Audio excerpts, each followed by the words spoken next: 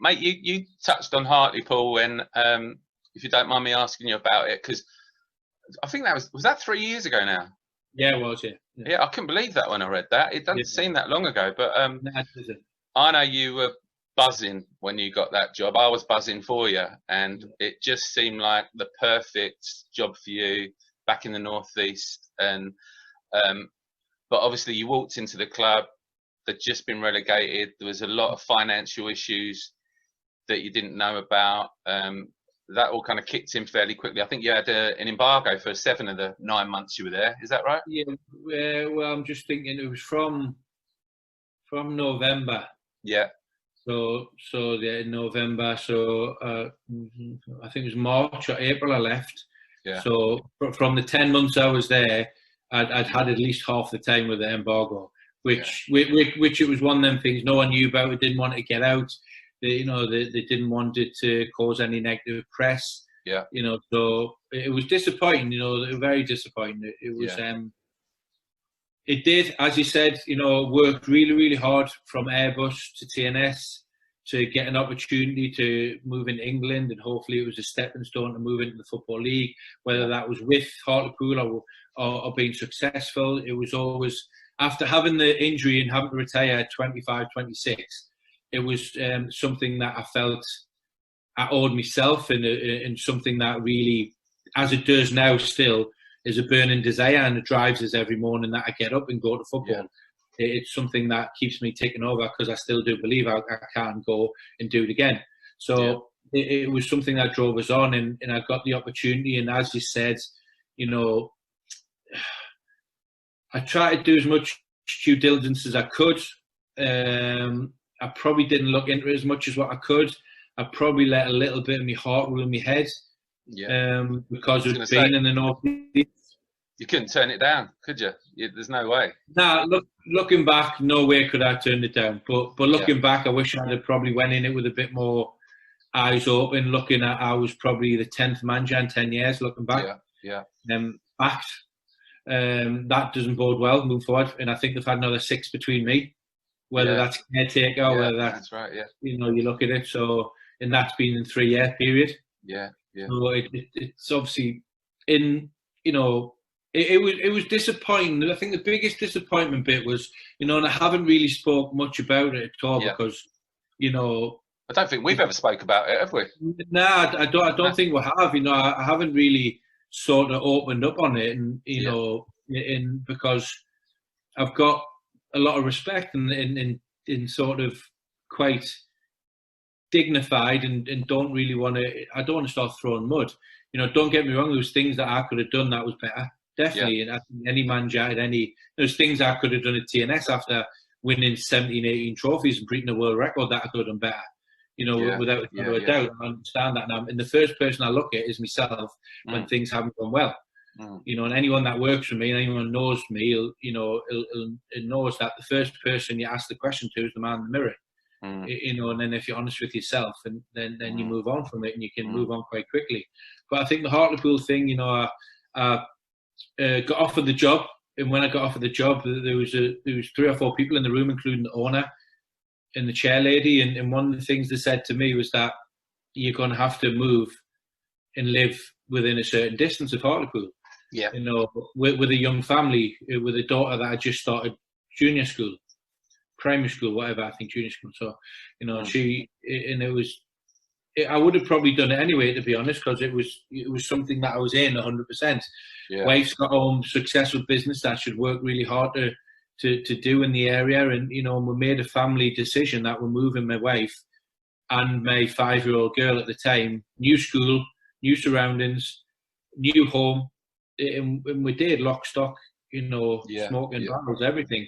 Then to be told in November that the same people that were in that room who told me that they weren't going to pay another bill to the football club. Yeah. They weren't going to put another penny in there. Yeah. Was, the biggest disappointment from myself, to be told 5-6 months earlier that I've got to relocate my young family. Yeah. And then all of a sudden I signed a 3-year contract, a huge committal, come out of a very successful club, in which I enjoyed my job. and had a lot of respect for the owner and the people at the football club. And to be told that by November that, after being on a fantastic run as well, being manager of the month of November, and right at the end of that look, Craig, it's the owner's pulling out his money, he's not putting our penny in. Yeah. To the extremes of which followed that was, travelling to London on the day, Dagenham Redbridge, getting the train, nearly missing the only train back, not having kit to go down there and play, not having kit to warm up in because the laundrette hadn't been paid, so they wouldn't give the kit back. I remember Asking Dagenham Redbridge if we could lend stuff from them to warm up with, bibs, warm-up stuff, the Vanarama jumpers, to have an internet cut off at the training ground, to the chef not being paid and leaving, to players then not being paid on time, to then losing Michael Ledger, Keith Watson, Jonathan Franks, because their contracts run out in January, 3 of our better players who've done really well, to then letting Devidex and Donnelly have to go because they're the only ones that, at the time that players are going to pay money, clubs are going to pay money for, and not being able to bring another player in. I lost 6 or 7 players in the space of 2 or 3 months and replaced them with nobody. And that was the reality of it.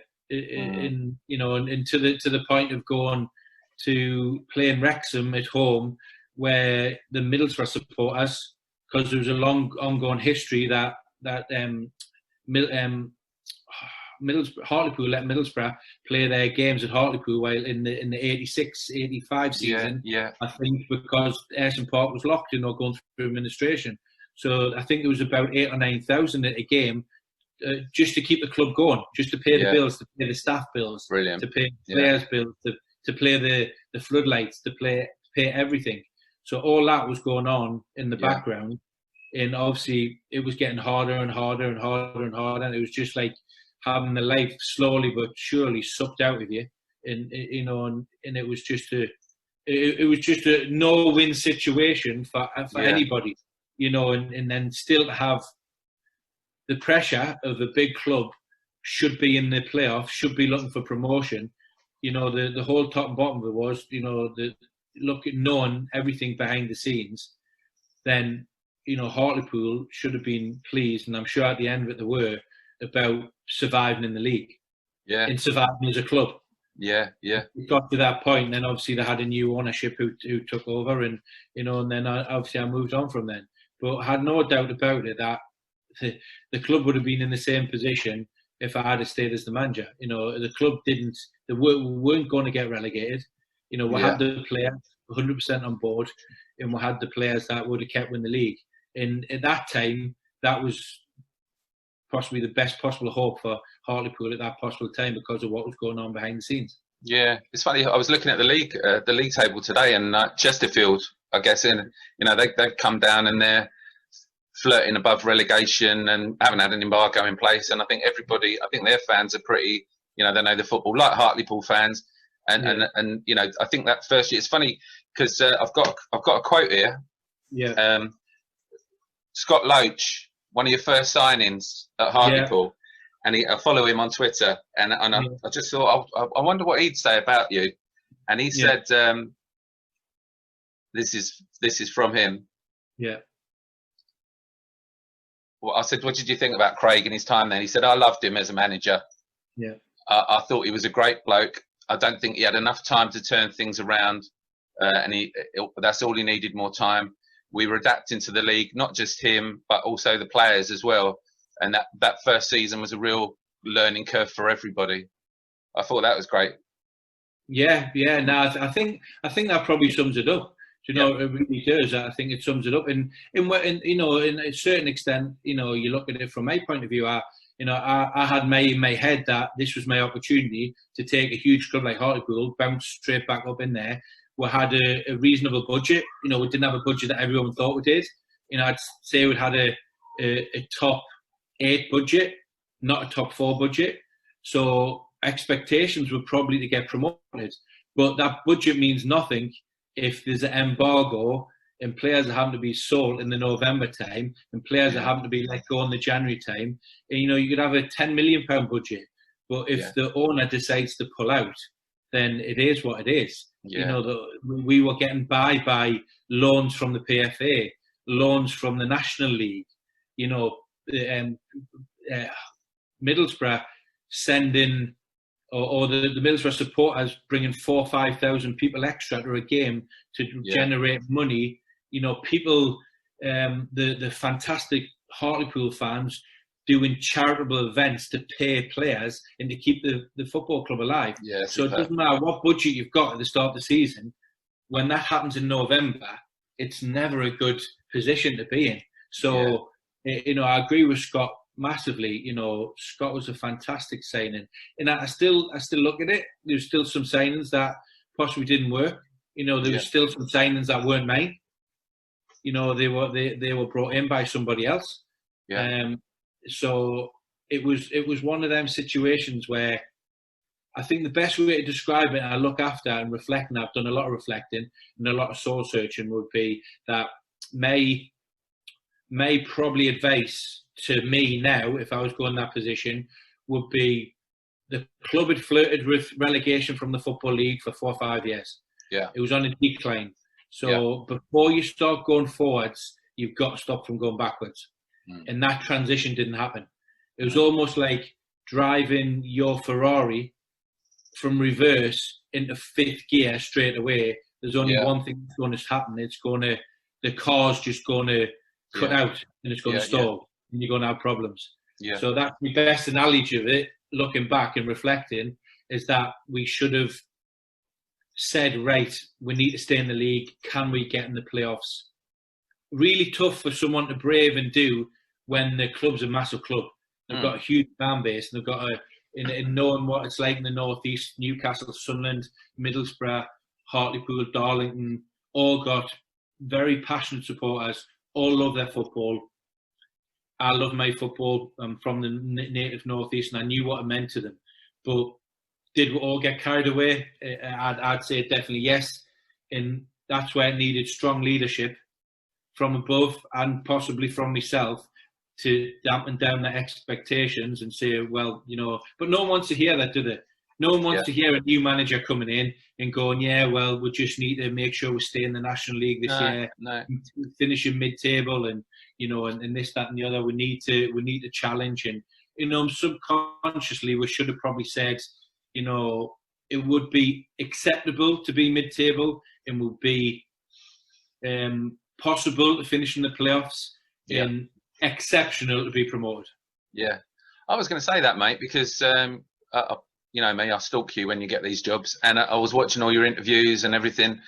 And as hard as it was, and obviously we'd spoken, and I knew that the difficulties and everything, but I never once heard you blame finances, talk about the position of the club, never dug out players, never mentioned signings that weren't anything to do with you, never once. And I think Hartlepool fans, I'm sure, have got different opinions about you, but I think a lot of people gave you a lot of credit for that throughout that. Yeah, it's something that I wanted to do as well. I didn't want, like I said, you know me from a personal level as a person, and you've been involved with my football career moving forward from all the way from my TNS days, even from Airbus days moving forward. So I'd like to think I've got a bit of dignity, I've got a bit of respect, and I'm not the type of want to sling mud, because, like I said, the first person I look at is myself. Yeah. And it probably took more out of myself than I really thought it would. We've all got a bit of bravado about us men, and and I would probably just say over the last 6 to 8 months, it's really I've probably got over it. Yeah. Yeah. And that was probably 2 years of me beating myself up, thinking, what could I have done? How could I have done it? A lot of soul searching, a lot of writing me inner thoughts down and what I could do better next time, what I should be doing, what I need to do, what I did wrong, what I did well. Yeah. And basically making myself a better person as well as a better manager, and a better coach and a better football person. and I think there's one positive about it that I think I certainly have. You know, I'm as hungry as ever. I'm as intense as ever. But also as well, what I don't take for granted is winning football games, which I possibly did at TNS. Not take for granted, but expectation where TNS, we would win a game. It would be right, okay, we won a game, high fives, done, gone on the next game. We'd win a title, right, high fives, and maybe have a beer that night. Right, the next morning, how do we get better? World record, wasn't it? World record. 27 straight victories. Yeah. But that never got highlighted. That never got celebrated the way it should have, because we're still in the middle of a domestic season. Yeah, focusing. Yeah. We still had to go on and win our title to get into the Champions League again. So you know, it's one thing. Is one thing that I've learned to probably enjoy the wins in the high better than what I ever have, because you know, in the real world of football, there's probably more lows and highs for 80% of football as football clubs, managers, and coaches. Yeah, you know, so you know, and it's really, and it's probably taken being out of the limelight of being a manager and step backwards and being a support to Andy, that I've really probably enjoyed my football as much as I've ever enjoyed it from a personal level. Not just a career level, because I've actually probably embraced and found out more importantly how much winning and how much you should probably give yourself and people around you a pat on the back for doing well. I know what I think, but you know, you've said you reflected. Do you think in different circumstances and financially, if things had been different without that embargo? I mean, I think you'd have smashed it, but what do you think you would have been a success there? Yeah, I do that without doubt. You know, we started the season, and I think we didn't win in the first 5, but then after that, we went on a really good run. I think we were unbeaten in something like 15, 16, and won 9 or 10 of them. And I think at one point we were 5th or 6th in the league, only 4 or 5 points from the playoff position. Like I said, I got manager of the month in November. You know, and I remember we're playing Halifax at home, and we won 4-0. And it was after that the chair lady let me know that the owner wasn't going to put any more money into the club. Wow. And at that point, I think we're 4 or 5 points from the playoff, and we're on an unbeaten run of 9 or 10 games. You know, we've had some fantastic results, winning away at Leyton Orient, other places like that where we've done really well, and we really had confidence with flying. And then, you know, yes, again, I'm not saying, you know, I haven't got any part to play in the blame. I have, without a shadow of a doubt, of a small proportion. But, you know, you look at it, there's no coincidence. November, December, January, things just start going backwards and backwards and backwards with the more turmoil that is going on behind the scenes. Yeah. You know, and yes, could I have dealt with things better? Yes, of course I could. And that brings me on to being now. It's strange because I'm a better person, better manager, better football coach than I was when possibly my stock was at its highest at TNS, because I've went through them. I've got the experience of going through the laws as well, dealing with players that aren't getting paid, you know, to the point of, you know, I'm certainly not going to name names, because one thing I'd like to put on record, and every player was a different class. I didn't have one problem with a player. I was honest with them. They were honest with me. There was not one problem with any player. In every player I got on well with, and I had respect for, and they were fantastic. But it's human nature. You know, again, I'm not going to name a player, but you're getting players' wives ringing or texting you, asking when we're going to get paid and how come this is happening. Yeah. And that's happening. Some players had moved from out of the area, and some players have got a family they need to look after. You know, and it's just, you know, some is the only income of the family.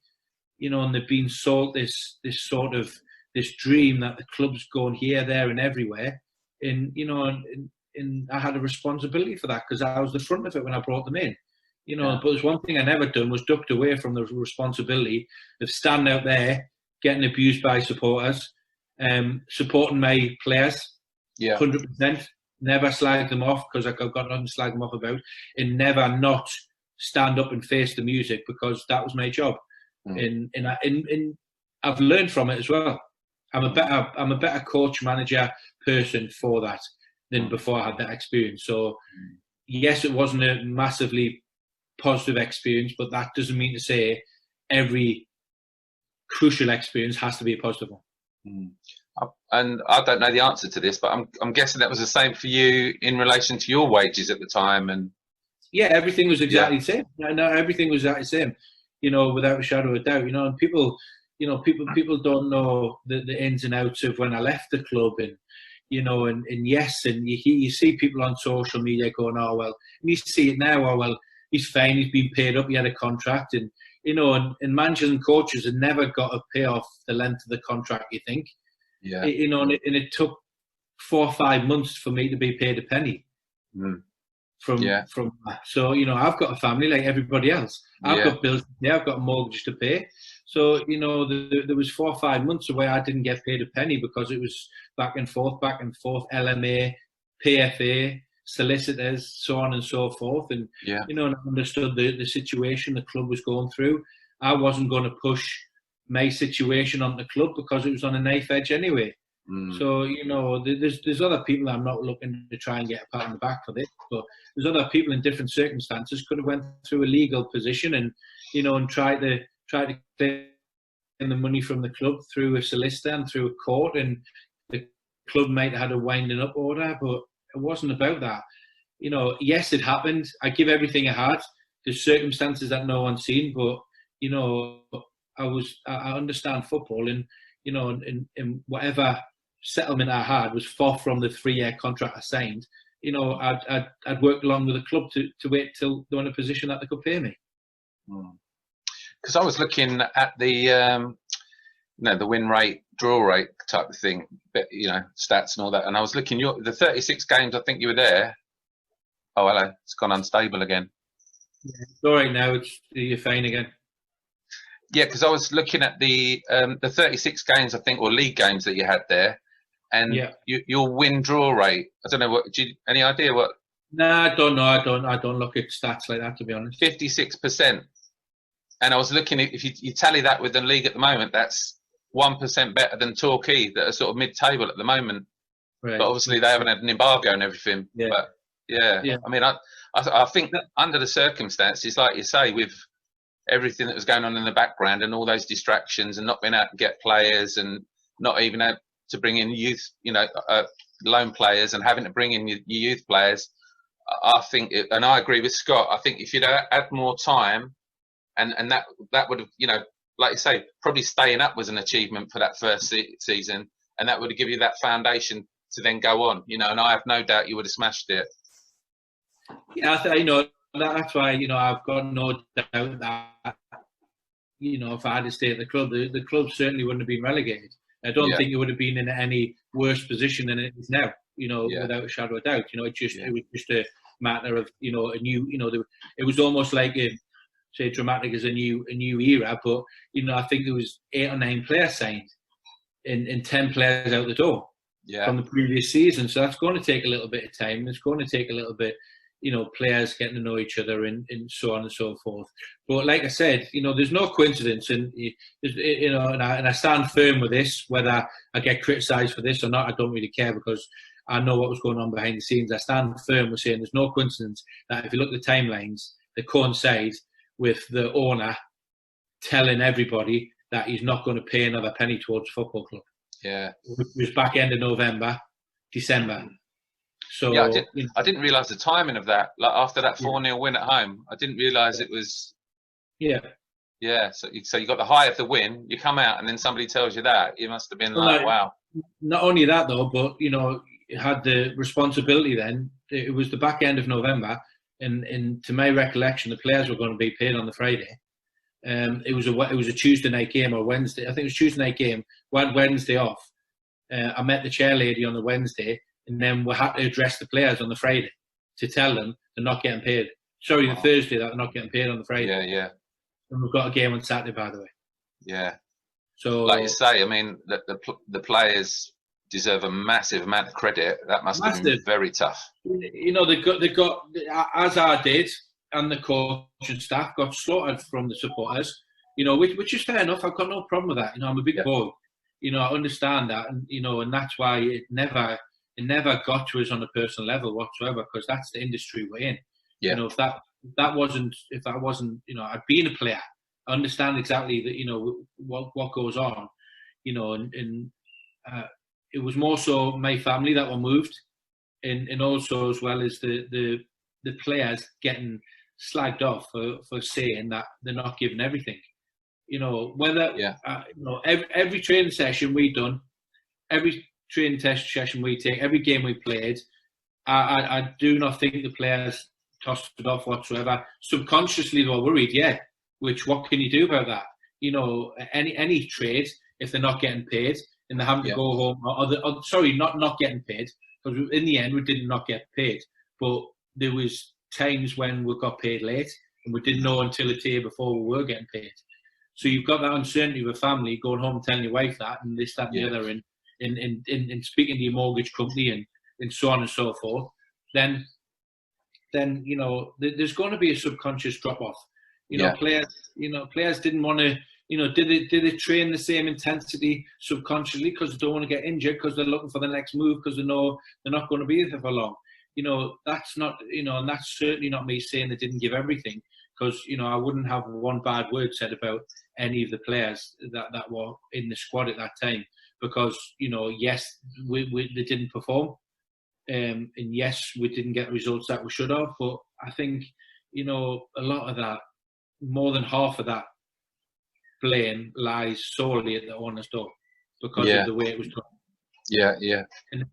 How much, like you said, how tough that was, and probably not getting over it until the last 6 or 7 months and having a lot of time to reflect on it. But like, you know, you've got to be really mentally strong to go through these things, I think. But how much of, you know, obviously you went through a lot previously, you know, with the end of your career that I don't even like talking to you about, because I know how tough that was. But you got through that.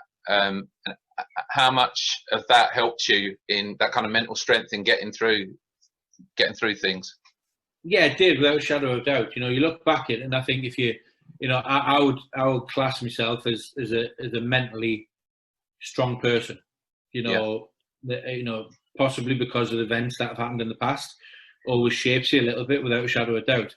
You know, but that doesn't mean to say I didn't struggle. Of course, I struggled. You know, there was times when I was devastated, because you know, it was something that I really thought I was going to get an opportunity to go and fulfil a opportunity with a massive football club in the northeast, and really kicking on in my managerial career.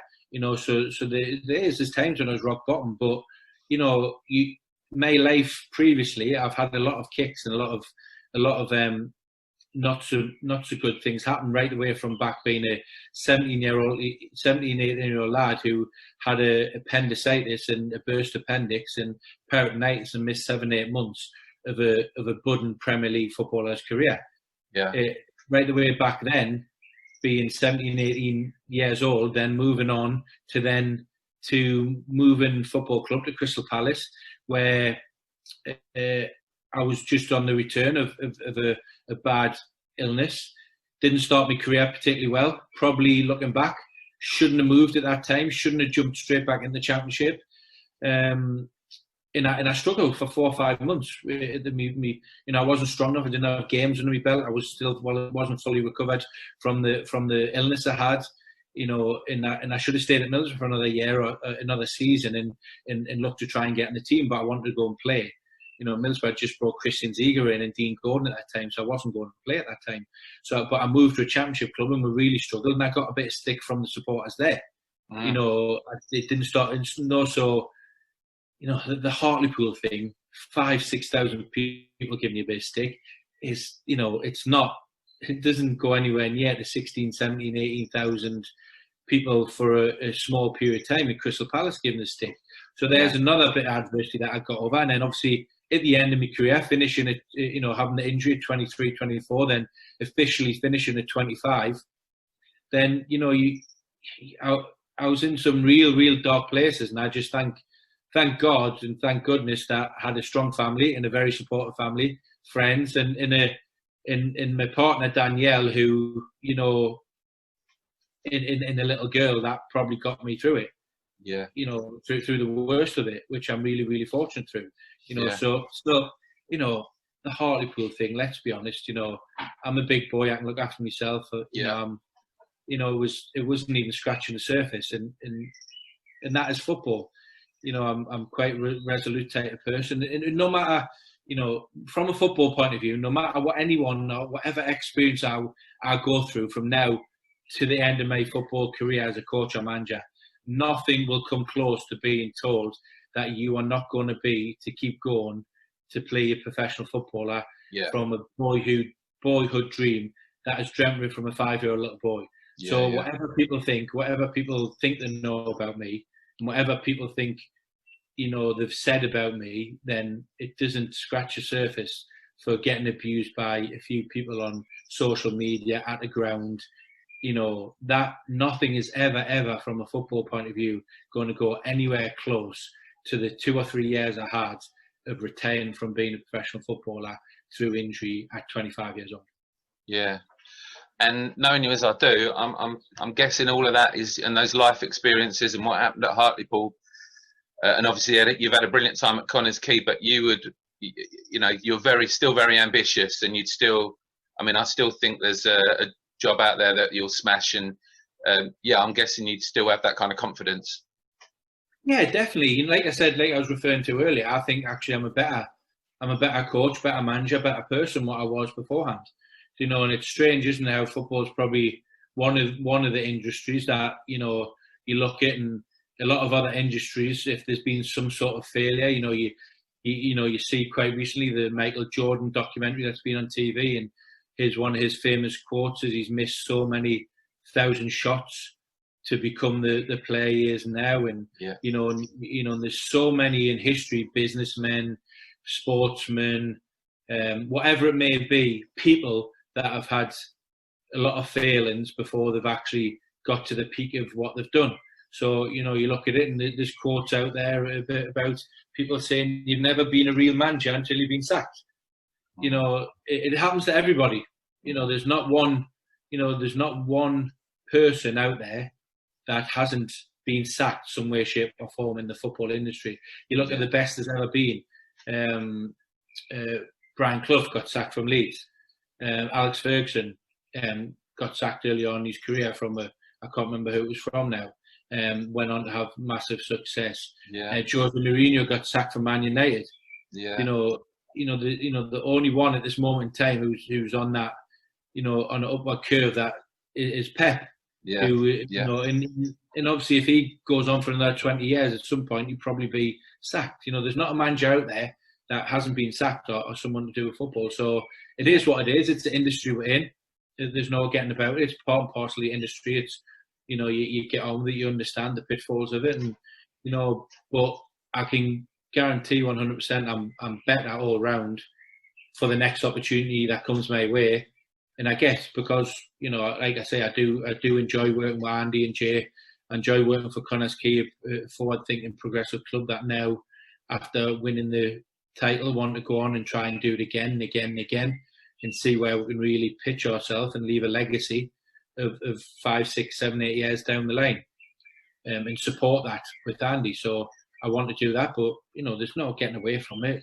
You know, I've been a successful manager for 10 years previously, and, you know, I think the right opportunity come along, then I would want to jump on that merry-go-round again. But until that happens, I'm happy. I'm satisfied. I'm enjoying it. I'm still very hungry. I'm pushing. I love working with Andy and Jay and the owners of the football club, and all the players. Got a great set of players, top draw.